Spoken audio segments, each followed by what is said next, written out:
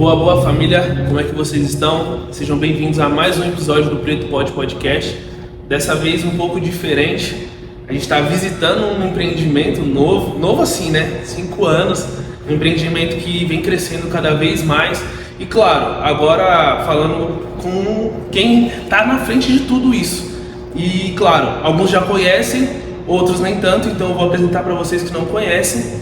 E aqueles que conhecem vão saber um pouco mais da história, não só dessa empresa, desse negócio, desse projeto, como também daquele que é a cara do negócio. Seja bem-vindo ao nosso episódio do Rio de Janeiro. Que prazer imenso estar aqui. O nome Preto Pod já é um nome forte, né? A gente pode muito, então para mim é uma honra inenarrável receber esse convite. Tem uma história comigo, né? Então isso me deixa muito mais honrado ao convite e bora trocar ideia. Tamo aí. É muito louco, ô Juninho, porque assim, você, não sei se você entende a dimensão que é hoje a sua imagem dentro do nosso âmbito profissional com o público preto. Porque hoje você traz a sua marca de uma maneira que muitos de nós não conseguimos trazer. Ou seja, a gente precisa se inserir muitas vezes dentro do mercado e muitas vezes com falas que não são nossas. Com falas, por exemplo, de uma pessoa que a gente conhece, que vou falar bem escrachado, que é branca. Só que nós temos uma cultura muito longa atrás de tudo isso, uma história muito longa. E você consegue percursar isso sempre. E aí eu fico pensando, todas as vezes que eu assisto o seu vídeo, você sabe que eu te acompanho há anos, todas as vezes que eu assisto os seus vídeos eu falo assim, cara, nosso povo precisa entrar dentro disso. Nosso povo precisa pensar na cultura dessa forma. E aí eu te pergunto, claro que entendendo o seu trabalho, eu entendo que há muito estudo. Mas além do estudo do cabelo, você tem estudado tanto a cultura assim para falar com tanta propriedade, porque a gente enxerga isso em você. Você entende? Então essa é a minha pergunta. Você acha que você consegue estudar tanto quanto você está conseguindo passar pra gente? Cara, isso é difícil a gente responder porque entre tudo isso que você está vendo, eu estou vivendo, né? Eu estou produzindo, eu estou articulando, eu estou estudando, eu estou entregando o que eu tenho. Em meio a esse turbilhão de sensações e sentimentos, porque é uma luta diária e constante, a gente perde um pouco a noção das profundezas, né?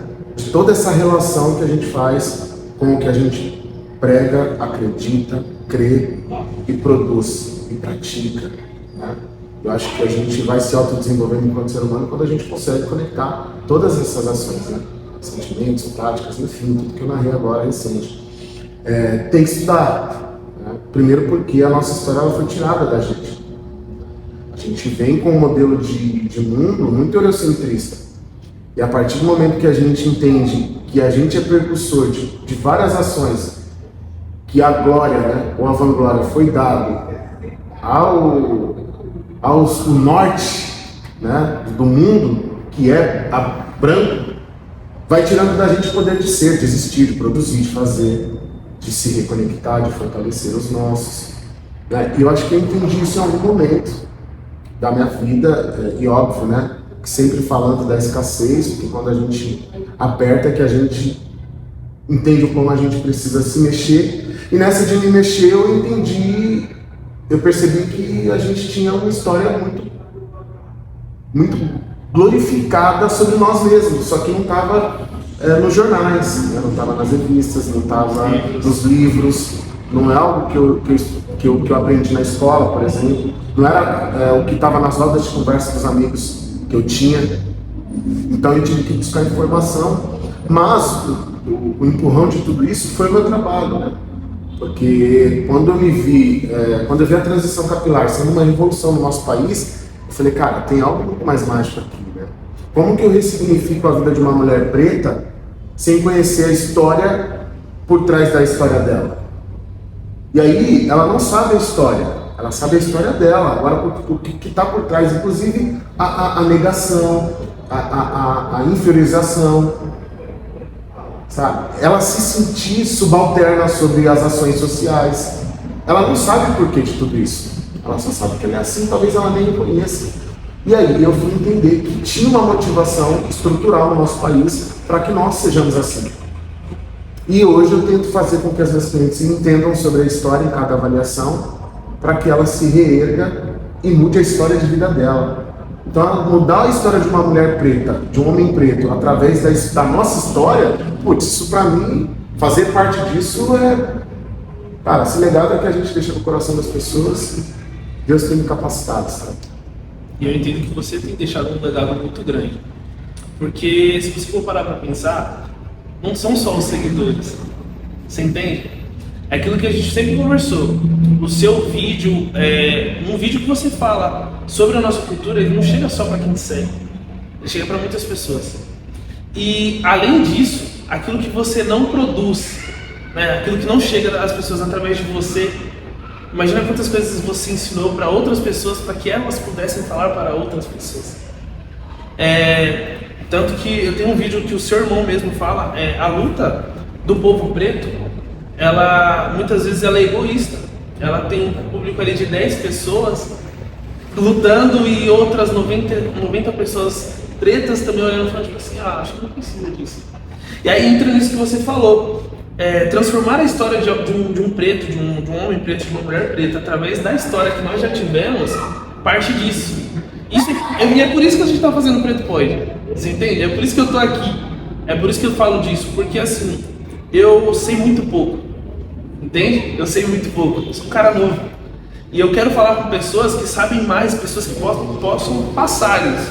E eu entendo que você também vai pensar e falar, eu também sei muito pouco, porque a nossa cultura é muito grande, é muito vasta, mas a cada pessoa que a gente consegue implementar algo da história, da nossa cultura, no coração, né, dessas pessoas, mais a gente cresce.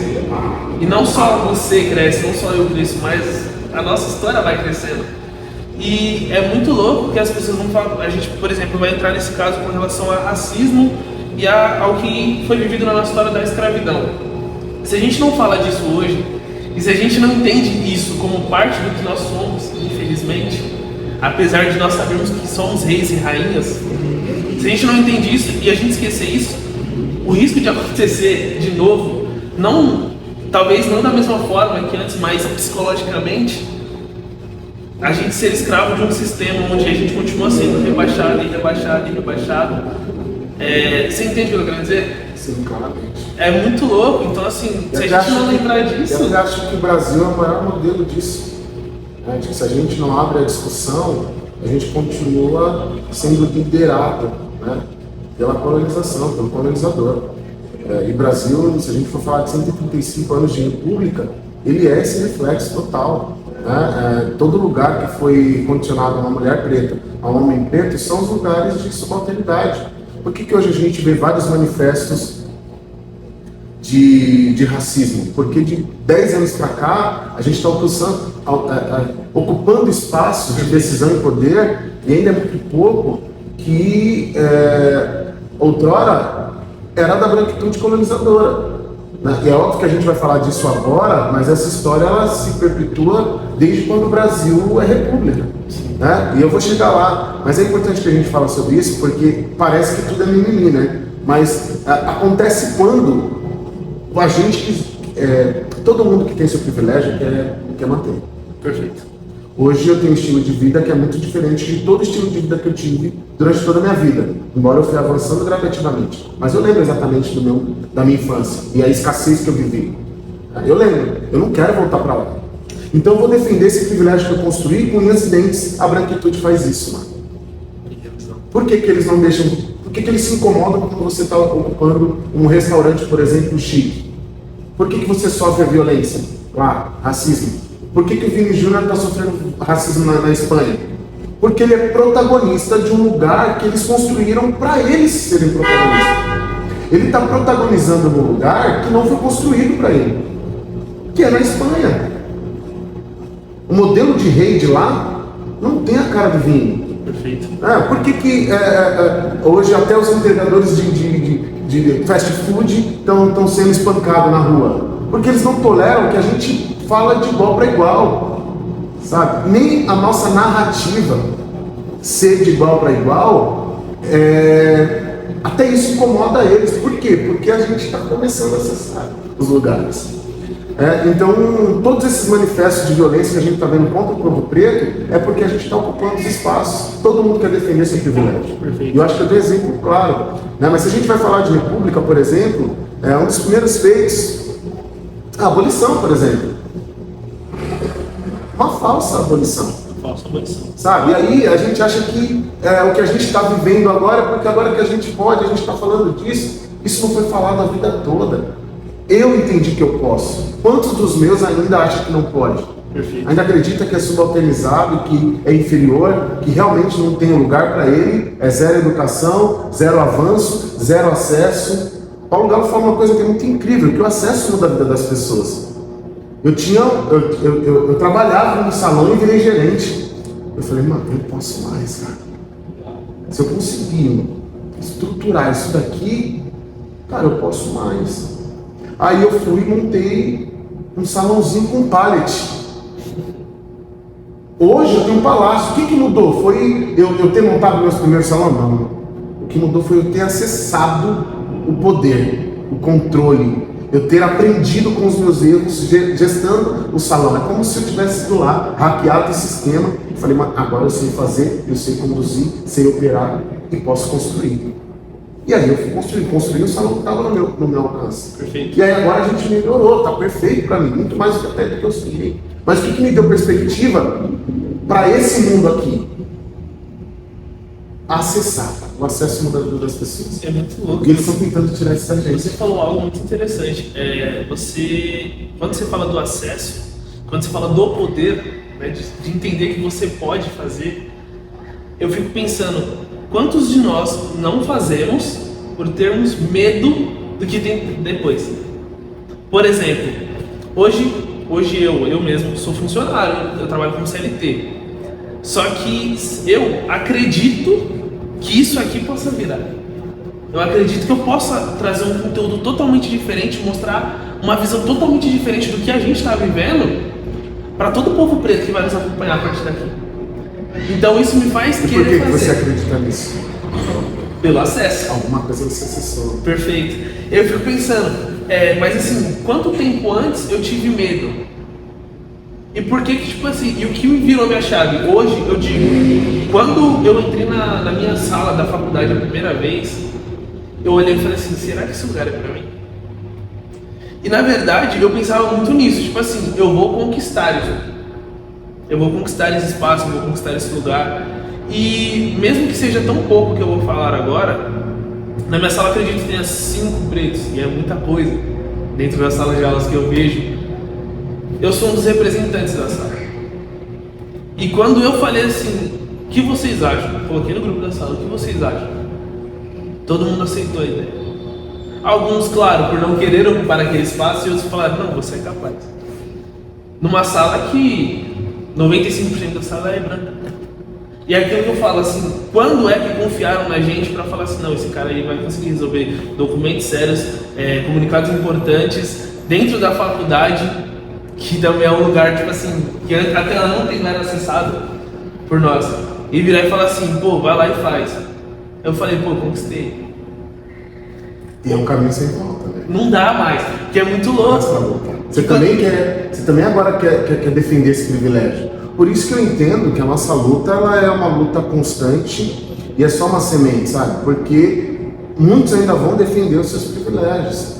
Só que esse privilégio ele é milenar, é desde quando o Brasil foi descoberto. Por quê? Porque o grito de liberdade foi dado pelo próprio colonizador. Não faz sentido algum. Não faz. Esse país, esse modelo de país que foi construído pelo mesmo cara que nos escravizou.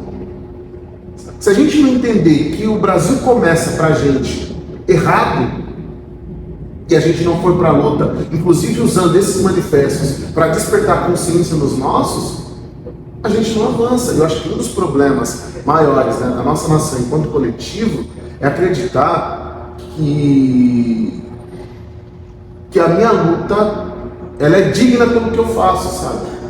Cara, para eu estar aqui lutando hoje, para eu estar levantando a bandeira de um espaço que cuida de pessoas pretas, dá dignidade, de pertencimento num espaço que tem uma cara, né, eretizada para o meu público, muita gente teve que sofrer, muita gente teve que lutar. Para eu acessar conhecimento cultural, muita gente teve que escrever isso, muita gente teve que passar por cima de muita coisa, sabe? Então acho que a gente precisava, a nossa história ela é uma história construída a muitas mãos. Para a gente estar aqui acessando alguns lugares, muitas pessoas tiveram que sofrer demais, inclusive a vida, né, de perder família, de ter que ir para as ruas mesmo lutar, sabe? A gente não... Eu peguei mastigado. Se você pegou mastigado, imagina eu. Peguei mastigado. Imagina a minha geração. Não tenho prepotência nenhuma. Tudo que eu quero é olhar pra você e falar, mano, vamos. Cara, vamos. Ó, eu consigo aqui, com a força que eu tenho, dar 3 passos. 1,5 eu vou carregar você.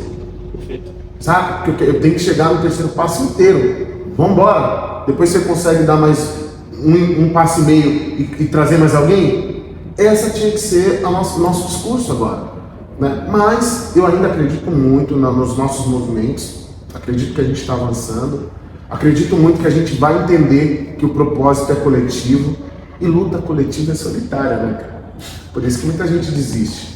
É isso, não tem essa. Quando você luta coletivamente, é uma luta solitária. Você está ali por muitos, mas à noite o chicote estralou, você está sozinho. E aí se reorganiza, volta para dentro de si, cuida do seu espiritual e vamos um dia de cada vez. Esse é o caminho, não tem outro jeito. É muito louco você falar sobre isso. É até interessante você falar dessa questão da luta, apesar de ser coletiva, ser solitária. Porque há quantos anos você tem feito isso? E você falou, poxa, eu peguei mastigado. Mas o quanto te machuca viver esse processo? Porque embora nós queiramos fazer tudo para que as coisas melhorem, para que todos nós possamos abrir os olhos para olhar e falar assim, não, a gente pertence a isso. Aqui só tem reis e rainhas. Você entende? E aí, tipo assim, você faz todo esse trabalho. E você falou, quando chega à noite, quando você tem que se guardar, só você sabe a dor que você sente. E aí eu fico pensando, por que muitas pessoas não entram? Porque elas têm medo de sentir essa dor mais do que a dor que nós já sentimos só por sermos pretos. Você entende? Entendo, cara, mas acho que eu não tenho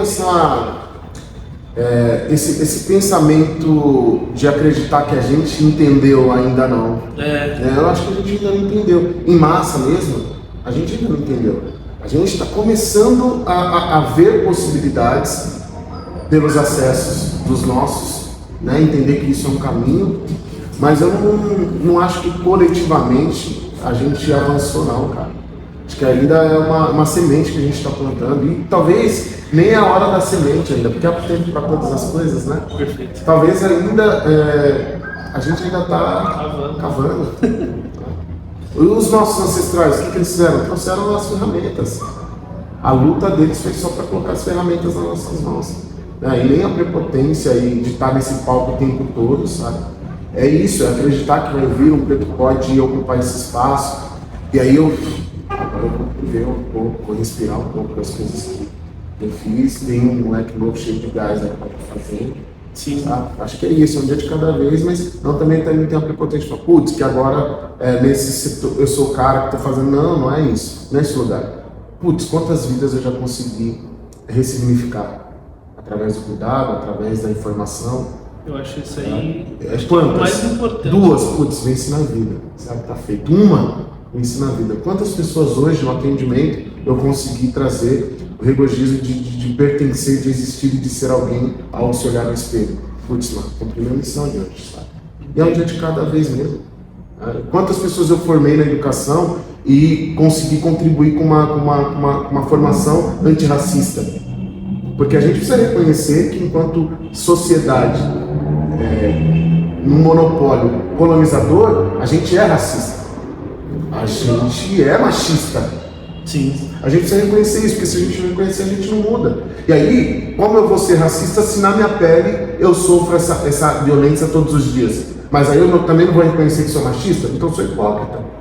Eu sou machista, porque eu sou um homem criado nessa sociedade. Exatamente, como é que eu não vou reconhecer a estrutura que vem de anos e que passou por mim? E é isso, e vai enraizando, né? E aí a gente só consegue mudar quando a gente reconhece. Então quando a gente vence, né? Instruindo, informando, fazendo com que as nossas ações sejam percebidas aos nossos, é um dia de cada vez, é uma semente que a gente plantou no coração de alguém. E vamos embora, um dia de cada vez, e segue adiante. Tá botando papo. Um dia de cada vez, eu acho que essa vai ser a frase mais usada no Frente Pode a partir de hoje. Porque é exatamente isso. A luta, ela é constante. É constante. E eu vou falar pra você, ainda enxergo, você falou, coletivamente ainda não entendemos. Eu entendo que muitas pessoas individualmente também não entenderam. Entende? E eu fico falando, e quando eu começo a falar sobre isso, eu falo, cara, só eleva um pouco mais a sua autoestima pra você entender isso. Acessa, é aquele negócio, às vezes as pessoas não estão conseguindo acessar elas mesmas. Você entende? Elas não estão conseguindo parar, se olhar e falar assim, eu me conheço. E claro, nós nem nos conhecemos 100%. Mas de você olhar e falar assim, calma, não, eu sou isso, eu saí disso, eu quero chegar aqui e eu sei como chegar. Apesar de no caminho eu ter tropeços, eu me quebrar, eu machucar, me ralar, eu sei exatamente o que eu tenho que fazer. Ou melhor, eu sei a resistência que eu tenho que ter até lá. E quando eu começo a conversar, principalmente com jovens negros, eu vejo muitas vezes o papo regredindo. Porque eu vejo muitos falando assim, se eu tiver um salário mínimo, tá bom. Eu fico assim, cara, a gente tá lutando para que você ocupe espaços que a gente nunca ocupou. Vamos lá. Mas não sei. Poxa. E assim, o que você falou é verdade, a questão da ressignificação. Quando eu fiz isso com uma pessoa e eu vi essa pessoa entrando na faculdade, eu falei, vou seguir. Não eu, mas a luta através de todo o papo, que não foi só eu que falei, não foi só eu que cheguei na pessoa e falei, faça, e a pessoa foi lá e fez. Mas a pessoa pegar semente por semente que foi plantada na mente dela e deixar cair no coração, como eu falar, não, eu posso. E aí, o que você falou? Tem muitas pessoas que elas só precisam daquele famoso start, sabe? Só aquela virada de chave, porque tudo que ela viveu, em algum momento alguém falou algo pra ela que mostrou pra ela a grandiosidade dela. Só que ela estava tão preocupada com todas as outras coisas que assolam a mente que ela deixou aquilo passar. E essas coisas que assolam a mente também são estratégias, né? Como a gente explica o acesso que a periferia hoje tem à internet, celular e ainda passa fome? As distrações estão aí, eles sabem o jeito. O Emicida fala, recitando uma música, eu não sei direito, mas a parte enquanto você falava, eu me lembrei claramente da fala: separa eles, mata eles, rouba eles. E tem vários jeitos de nos roubar consciência, de nos roubar perspectiva, de nos separar, de trazer informações que façam a gente entrar em conflito ao ponto de divergir e se separar.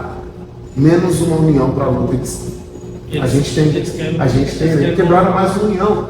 Né? Com essas informações que eles ficam soltando, com essas distrações, um BBB da vida, eles entendem as estratégias para nos separar. Hoje a gente até tem, né? Se está BBB, hoje a gente tem pessoas negras lá que vão trazer pauta, que vão ajudar a gente nesse experimento social a olhar para uma sociedade de forma mais leve e aprender com os erros desse experimento, mas tem vários outros experimentos sociais que eu me nego a assistir, que eu me nego a ver, porque me machuca demais, eu também não quero mais sofrer. Né? E para mim, não está confortável se eu não estou sofrendo. Se eu tiver parte da minha nação desolada, eu não venci na vida. Por isso que o favela não venceu. Alguns venceu, porque 70% ainda está em estado de escassez. Nós somos 56% da população que ainda nem se reconhece como negro. E eu vivo isso diariamente. Hoje muito menos, mas já teve períodos que 70% das clientes que eu atendo, olha que eu atendo mais de 7 mil clientes por ano, não se reconheciam negro e passou a se reconhecer negro através do cabelo. Por isso que ele é o meu campo de luta. Que através da autoestima e da ressignificação capilar eu consigo trazer identidade e fazer com que as pessoas abram a mente o que ela é, porque todo mundo nasce para pertencer. É duro demais você se olhar e não pertencer a grupo nenhum. Porque, putz, no lugar dos brancos você não é tão branca assim. Aí no lugar dos pretos você não é tão preta assim. E aí você está onde, né? Se você não se reconhece, lá no documento eles te forçam os seus pais a assinar que você é pardo. E o que é o pardo? E o que é o pardo, né? Da onde o IBGE tira isso, sabe? Então acho que assim, tem coisas que se a gente não olhar, né, para as nossas... Djamila Ribeiro fala que o futuro é ancestral. Olha que lindo, para mim é poético, é uma faca de perfume entrando assim na nossa mente e coração, às vezes fala, cara, abre essa lacuna aí e absorve isso daqui. O futuro é ancestral. Que pra gente falar de futuro, a gente precisa acessar a nossa ancestralidade. Não tem como eu falar de cultura do que a gente fez. Por exemplo, né, em um estudo de filosofia africana, descreve que quem foi Pitágoras? Quem foi, pô? Se a filosofia é africana, não grega, né? Como todo mundo prega. Perfeito. Quem foi Aristóteles? Sabe? Quem foi Sócrates? E aí, lá eles têm alguns dados que mostram, né, a filosofia. E aí a gente nunca vai entender disso, não está na nossa mão, a gente não sabe. É isso. Quem foi que criou, quem foi que fez? A gente nunca está, né? A gente nunca criou nada. A inteligência emocional não está nas nossas mãos. Como explica, né? Tantos filósofos negros aí, hoje se levantando, né? Tantos educadores. Perfeito. A gente precisa entender que vem de algum berço e a gente nunca acha que vem da gente. Sempre está muito longe da gente. Puta, não, ali nasceu diferente. A gente está começando a tomar agora isso. Não, cara. A gente já tem isso aí, ó. Quando eu escuto que o futuro é ancestral, sabe? Eu penso que, puta, para eu dar um passo adiante agora, eu tenho que dar 10 passos para trás e entender o que meu povo fez, sabe? Da onde vem minha descendência ao ponto de eu estar aqui, sabe? Se a gente lutou, se a gente resistiu, da onde a gente tirou força? Da onde a gente tirou inteligência para criar as rotas de fuga? Da onde a gente conseguiu movimentos por uma abolição? Sendo ela, né? A gente sabe qual é a história. Mas, e aí, após essa abolição, né, que é uma mentira, que coloca a gente na sarjeta, né, que traz as primeiras cotas, que é trazer os italianos para ter a mão de obra e a gente ir às margens da sociedade, por isso que nos chamam de marginal, né? Para a gente realmente não ter trabalho, e aí vamos morrer de fome, aí vai vir, né, a bandidagem, por isso que a gente tem todo esse olhar até hoje, né? Entender esse contexto. Por conta de todas essas estratégias. E aí, se a gente não volta para o passado para construir esse futuro, eu aqui avancei na vida, acho que eu sou o cara. Não, eu fui lá com as minhas próprias forças. Você tem certeza? Você tem certeza disso? Inclusive, se você for parar para pensar, todas essas estratégias a gente já tem tentado quebrar ao longo dos anos. Tem uma fala, mas também olha que interessante, tem uma fala do Emicida, e ele até estava contextualizando uma outra fala, mas eu não vou me recordar de quando ele disse que tá um rapaz no penhasco, aí o cara vai e empurra ele, e aí ele tem que pegar e se esforçar para chegar até o topo de novo. E aí quando ele chega, a mesma pessoa que empurrou ele vira para ele e fala, né, eu fiz isso para você crescer. Então, pô, você já estava aqui em cima. Por que você não, sei lá, me ensinou a voar? Ao invés de me fazer ir até lá embaixo de novo, para ter que subir para chegar aqui e falar assim, não, eu sou alguma coisa. Você entende? Tipo, esse é o sistema. Exatamente esse é o sistema. Pô, calma aí, nós éramos reis, a gente podia construir um império assim, dentro disso. Você entende? Talvez dentro da nossa cultura nós tínhamos os impérios, né? Exatamente, a gente poderia construir mais, a gente poderia, tipo assim, a nossa tecnologia ela poderia estar totalmente diferenciada, principalmente eu digo assim, dentro do povo preto mesmo. Nossa cultura ela poderia estar sendo bem mais unida, mas eles decidiram olhar pra gente e falar assim, não, vocês não têm alma, vocês precisam ser desunidos, porque se vocês se unirem muito a gente vai matar vocês, porque vocês estão fazendo milícias contra nós. E aí você vai ouvindo todas essas questões e aí você olha pra história, você arregala os olhos e fala assim, mano, eu não tô vivendo, não tô passando nada. Mas dentro, tipo assim, dentro do que a gente vive hoje, nem o que nós vivemos de violência e preconceito nós deveríamos estar vivendo. E por isso que eu bato muito nessa pauta. E eu sempre tento explicar. Ser antirracista não quer dizer que eu sou agressivo. Eu quero pregar isso trazendo o máximo do amor possível, trazendo o máximo do respeito possível. Eu entendo a fala e por muitos anos eu até disse a fala do Djonga, fogo nos racistas.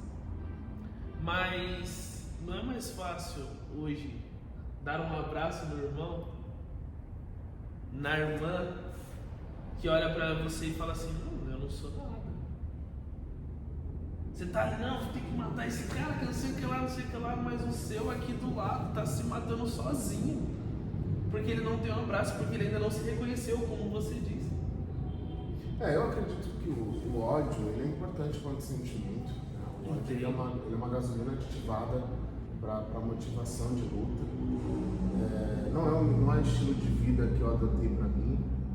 Por isso que muitas das vezes eu vou estar dentro do meu âmbito de amor, que é o meu espaço, acolhendo, né, pessoas pretas, negras, para ser cuidado e através do cuidado ressignificar tantas coisas. E esse amor ele vem através do cuidado, né?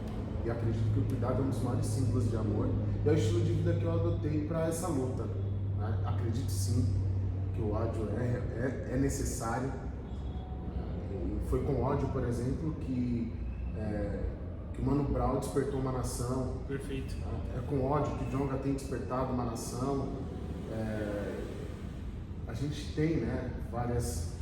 E o ódio e o amor, ele caminhou durante muito tempo, né? Lado a lado, lado a lado. Eu acho que ele é importante, mas eu decidi que o amor fosse um veículo, né, dessa nave de luta que eu prego. E essa conscientização dentro do salão, mas também usando o veículo que me faz com que as pessoas cheguem até mim, que é a internet, também pregar o amor por lá em forma de lutas. E tem funcionado, mas historicamente assim, a gente percebe que nas lutas o ódio precisa... Ele existe, ele precisa caminhar, né? Mas é muito, muito louco você olhar e falar assim, o ódio ele foi muitas vezes caracterizado por nós como revolta. Entende? Né? Porque é exatamente isso. Tipo assim, quanto mais você estuda, mais revoltado você vai ficar. Porque se você olhar e falar assim, caramba, a gente estava em outro patamar, totalmente diferente. E aí hoje você tem que ser taxado como qualquer um, ou como um cara que tá, ou seja, o emergente, entende? Tipo assim, você é emergente, você está começando a crescer agora. A gente estava tão grande, a gente sempre foi grande, inclusive nós somos grandes. A gente só precisa continuar trabalhando nisso para que todos possam entender isso. Hoje eu tenho uma irmã de 6 anos que tem a idade da sua filha. E eu vejo você trabalhando isso nela, assim como eu trabalho isso dentro da minha casa, com a minha irmã, com o meu irmão de 13 anos. E olhar e falar assim, você é preto. E ó, as referências que você tem são essas. A Willia é ativista, cara. Ela vai nos espaços comigo, ela se incomoda, por exemplo, de a gente estar em algum lugar e só ter nós de preto, assim, ela fica incomodada. Fala, pai, só tem a gente de preto aqui? Nossa, estranho, né? Não tem mais preto aqui?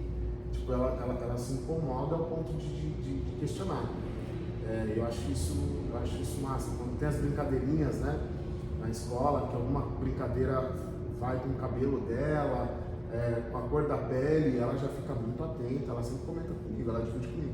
Ela vai ser poeta. Eu não sei de onde ela tirou isso, porque as minhas questões de lutas eu não divido com ela, né? Perfeito. Mas provavelmente vendo as lives, né? Pandemia, eu fiz muita coisa através da internet, as entrevistas que eu dou. Sim. Durante a pandemia foi muito online, e aí a gente estava junto. Eu acho que ela, ouvindo algumas coisas, ela entendeu um plano de ação, assim, sabe? De como ela se comportar. Alguns comportamentos eu até ensino, mas a maior parte é institucional, assim, né? E eu acho isso o máximo, né? Porque imagina, a gente empoderar uma criança preta na sua fase infantil, é a gente perceber que a gente vai ter um adolescente poderoso,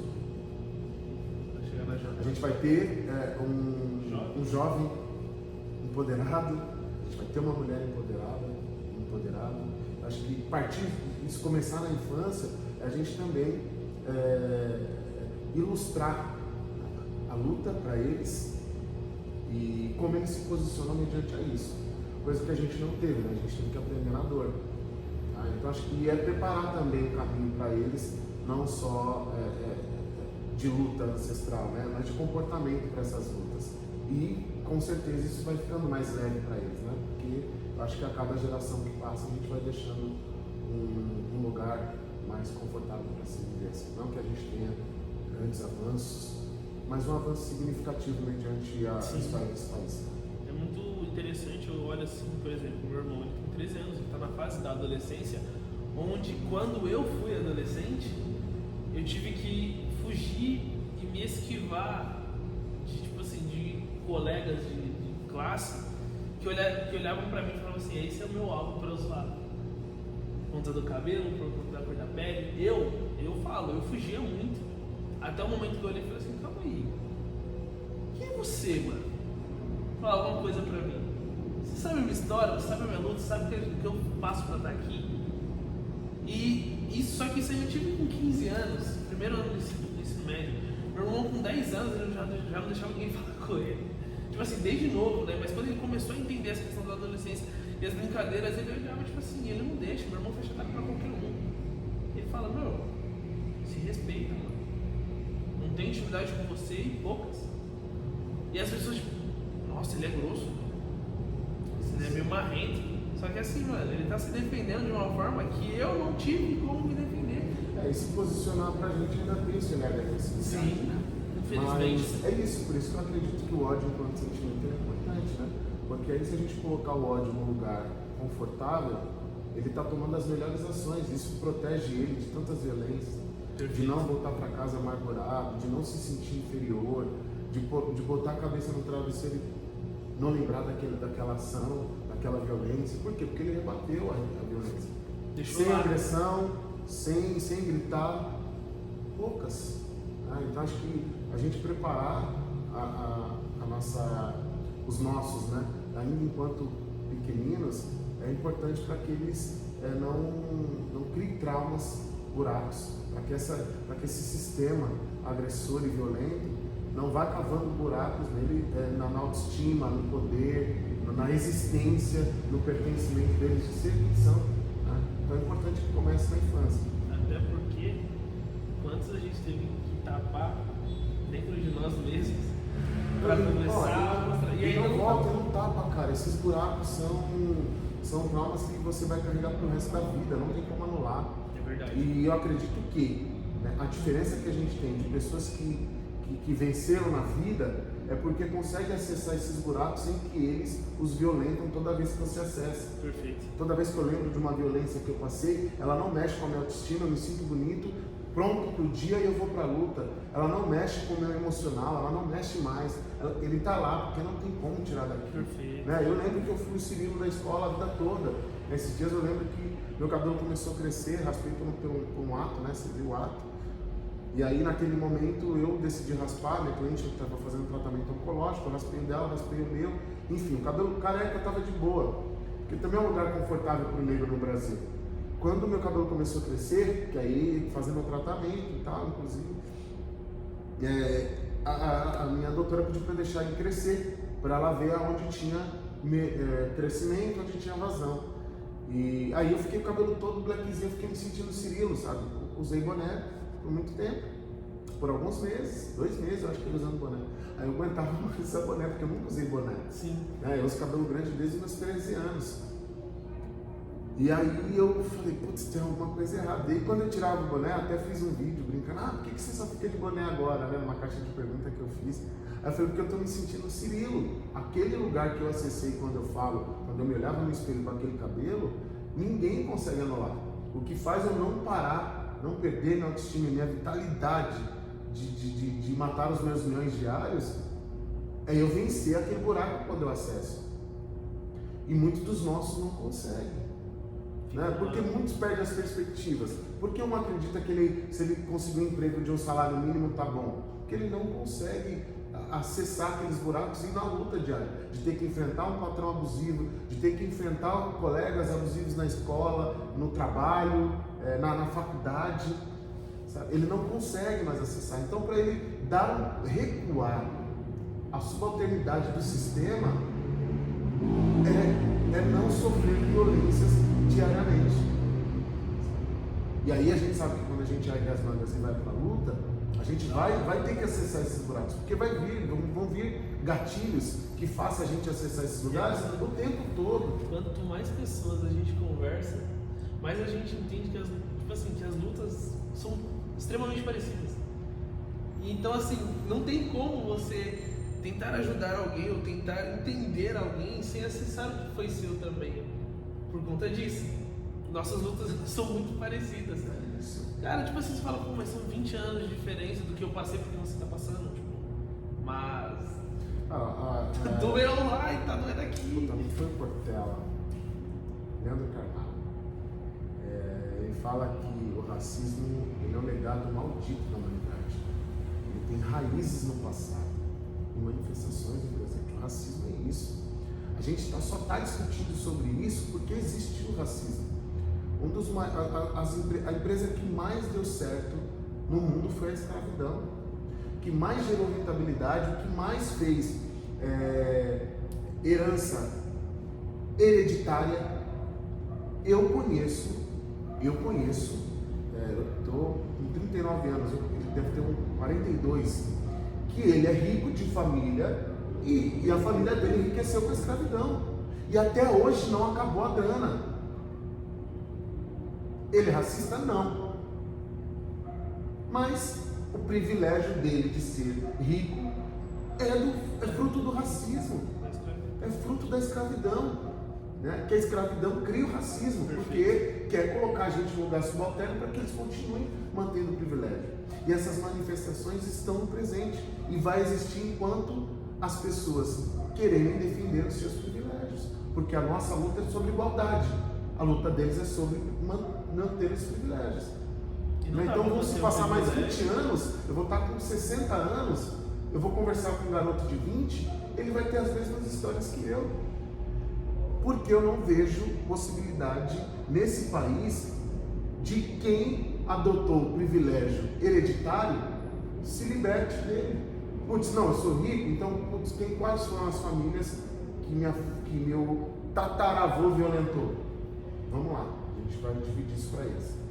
Você sonha que isso aconteça? Eu não estou mimado a esse ponto. Então não vai acontecer, a gente vai continuar lutando por igualdade.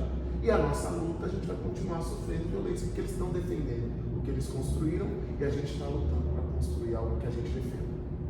Cara, isso aí foi forte demais. Isso. E eu não estou mimado acreditando que eles vão entregar para a gente. Então eu vou continuar lutando. É aquilo, se não entregaram até agora. Eu vou continuar para construir o que eu quero defender. E aí entra na questão do legado, que não é só o que você deixa nas pessoas, é quando você se for. O que ficou? Não só nas pessoas, mas a questão do para as pessoas. Cara, o para as pessoas pode acabar, cara. Assim, meu sonho é que, por exemplo, eu atendo hoje uma menina de 23 anos, eu comecei a fazer o cabelo dela, ela tinha 4,5. E hoje eu posso trocar uma ideia com ela. Ela passou pela fase dos alisamentos, depois que saiu um pouco de mim, voltou para os cuidados. E ela hoje está com o cabelo natural. E aí quando decidiu usar o cabelo natural, ela falou, não, tem que ser o Juninho, né? Porque aí me seguindo nas redes, falou, puta, eu conheço, é o tio Ju, né? Pô, tio Ju, sacanagem, mas é isso. E ela volta e aí me pega num momento muito diferente, né, do que eu era quando eu era mais jovem. E aí quando a gente começa a trocar ideia, ela falou, puta, era por isso que Deus me colocou aqui. Eu estava precisando exatamente dessa educação capilar, porque nunca foi só cabelo. E aí quando eu vou cuidar do cabelo dela, eu preciso entender quem ela está se formando enquanto mulher, e quais são as dores dela, e quais são os traumas, e por que ela teve que passar pelos alisamentos e agora voltar para o uso do cabelo natural. O que fez, né? E qual é o impacto do racismo estrutural para a negação e inferiorização dela enquanto mulher com cabelo natural. E aí a gente vai entender que nunca foi só cabelo. E aí quando eu vou narrar essa história para ela, quando eu vou contar sobre as estratégias, né, que ela precisa para, se eu centralizar, que é ditar, né, num perfil eurocentrista, ela entende, isso nunca diz sobre mim.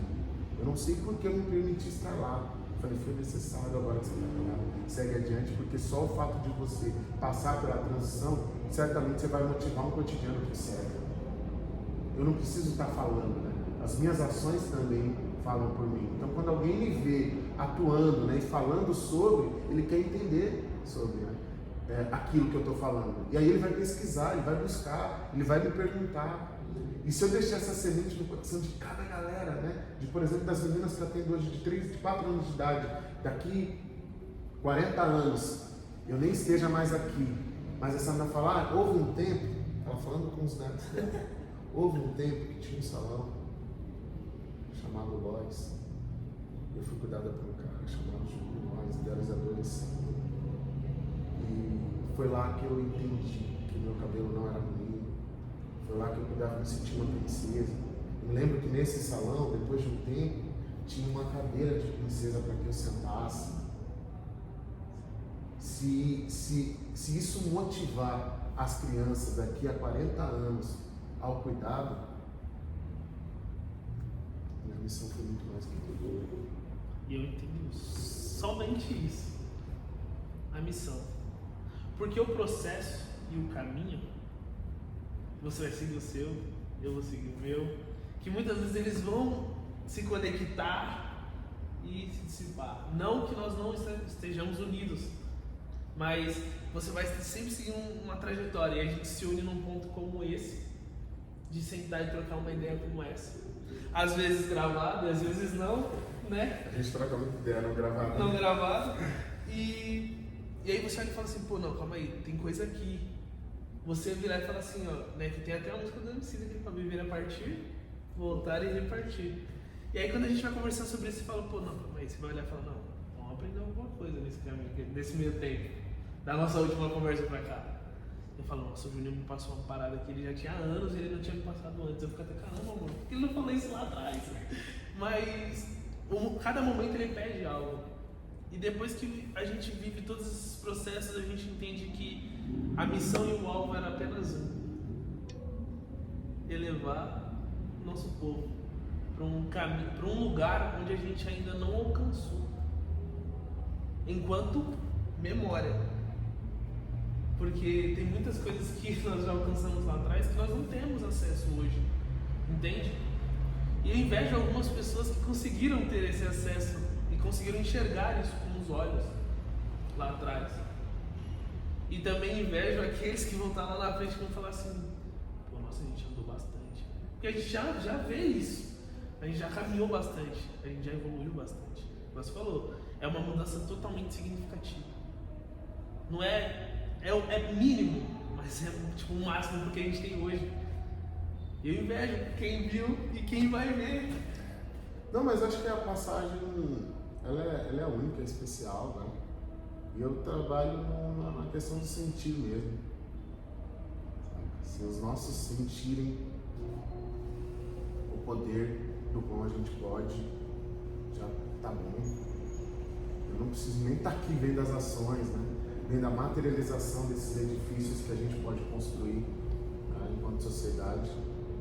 Mas se eu olhar e falar, putz, conseguimos despertar o sentimento, pelo menos, cara, eu já sou o cara mais feliz dela. Eu acho que essa é a minha luta mesmo. Acho que a minha luta, ela tá, não posso dizer que é espiritual, mas minha luta está muito mais em uma conexão de sentir. E óbvio, né, que quando eu sinto, logo eu externo, né? Então acho que minha luta está muito mais no sentir. Isso já me deixa, já me faz o cara mais feliz. Pra nós, né? Pra você é um privilégio ter, tipo assim, tudo que você faz documentado. E claro, tem muitas coisas que você faz que a gente nem imagina. Tem tantos papos aqui que não estão gravados, mas só do que já está documentado a gente já tem o privilégio de ver, a gente fica muito feliz. Para quem não conhece muito o Lois, Você quer falar um pouco sobre o que é isso aqui, além de Juninho? Tipo assim, o que é o Lois? Cara, a Lois é um salão especializado em cabelos crespos e cacheados.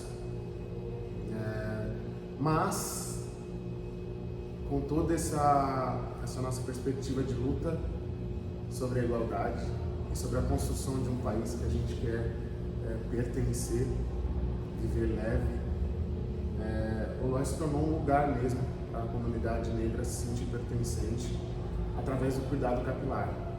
Eu costumo dizer que o Lois nem é mais um salão, é um lugar mesmo. Um lugar, um quilombo, né? Quando as coisas ficarem difíceis aí, vem que você tem um cantinho para se regozijar, para se sentir, para se ressignificar, se reerguer e seguir a luta. E através do cuidado, porque a estratégia do cuidado foi tirada da gente. Tem um dado que em 1835, que o cabelo crespo passa a ser chamado de ruim pela primeira vez. Ouvia-se muito falar sobre haitianismo aqui no Brasil, né? E o pavor da elite escravocrata era que os negros tomassem o poder, como aconteceu no Haiti, isso lá em Salvador. E aí eles passam a elaborar discursos de inferiorização sobre a estética. Nariz, boca, cabelo, e aí é os primeiros dados onde o cabelo crespo passa a ser chamado de ruim pela primeira vez. Com a miscigenação, a gente tem uma variação de cabelos crespos, né? Porque aí vem as diversas texturas, diversos tipos de curvaturas, né? Por isso que a gente tem o cacheado, o crespo ondulado, e vários tipos de crespos, inclusive. E até hoje a gente se sente inferior sobre a nossa autoestima, sobre as nossas características, né? E o Lois é um lugar que traz você para enxergar, não só diante do espelho, mas internamente, a beleza e a, não posso nem dizer de privilégio, mas a virtude de nós carregarmos as nossas características ancestrais até hoje e para poder lutar sobre esse Brasilzão aí de maravilhoso e resistir, que eu acho que é esse lugar. Então resistir. O Lois é um lugar de resistência. É isso. Curtiu o papo? Sério. Obrigado. Eu costumo dizer que quando a gente entrega, né, a gente se cura, né? Porque nem às vezes a gente tem dimensão das coisas que a gente está sentindo e construindo, né? E aí quando você começa a falar sobre, vai reacendendo a chama. Eu acho que isso é importante para a luta também. Vamos lá. Lindo. Obrigado. Depois a gente vem conversa de novo, com outro patamar de preto pode também, de olhar e falar assim, vamos lá, eu vou ficar, ó, quero você 3 horas, pra te alugar 3 horas, a gente vai falar de tudo que a gente puder, sabe? Porque assim, a vida ela é essa correria mesmo, mas sempre que a gente puder parar pra sentar e conversar, não só no gravado, tomar um cafezinho, conversar e falar daquilo que nos faz sermos nós. Nos edifica. É isso, beleza? Rapaziada, muito obrigado, tá, por terem acompanhado até aqui. Esse foi o Juninho Lois no Preto Pode. Nós estamos aqui nesse salão maravilhoso, tá? Que é o Lois. Quem puder, já segue nas redes sociais. Quem puder não, já segue agora, segue nas redes sociais, tá bom? E se puder, vem aqui.